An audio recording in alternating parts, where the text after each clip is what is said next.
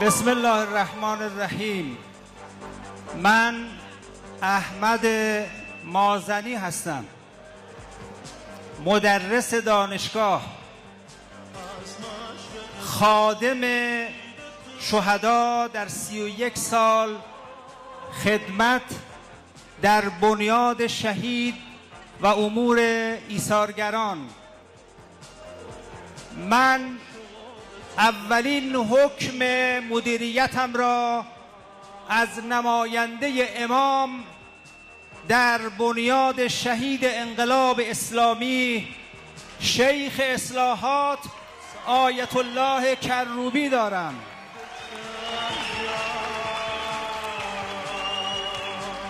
من شاگرد مکتب امام، رهبری عزیز و دست پرورده شیخ اصلاحات هستم.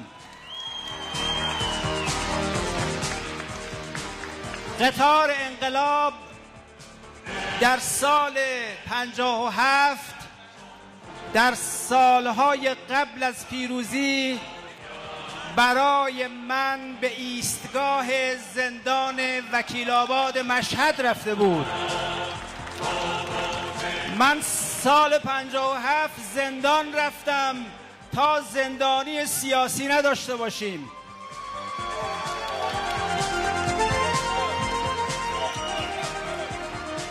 من در سال 57 در رژیم شاه در شکنجهگاه رفتم تا حبس و حصر غیرقانونی نداشته باشیم. وقتتون تموم شد.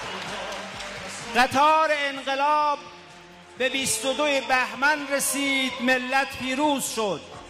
به 3 خرداد رسید، بسیجی واقعی همت بود و باکری.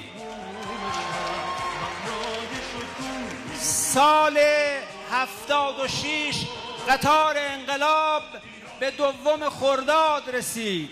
آی مازنی. و سال 92 قطار انقلاب به اعتدال و کلید روحانی رسید.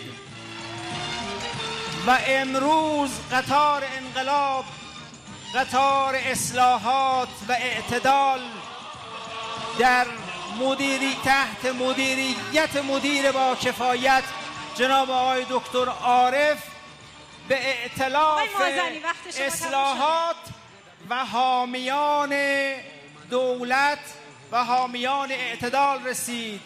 همه باید به عقلانیت برگردیم تا انشاءالله هیچگاه مشکلات بر ما فائق نیاید. موفق و سربلند.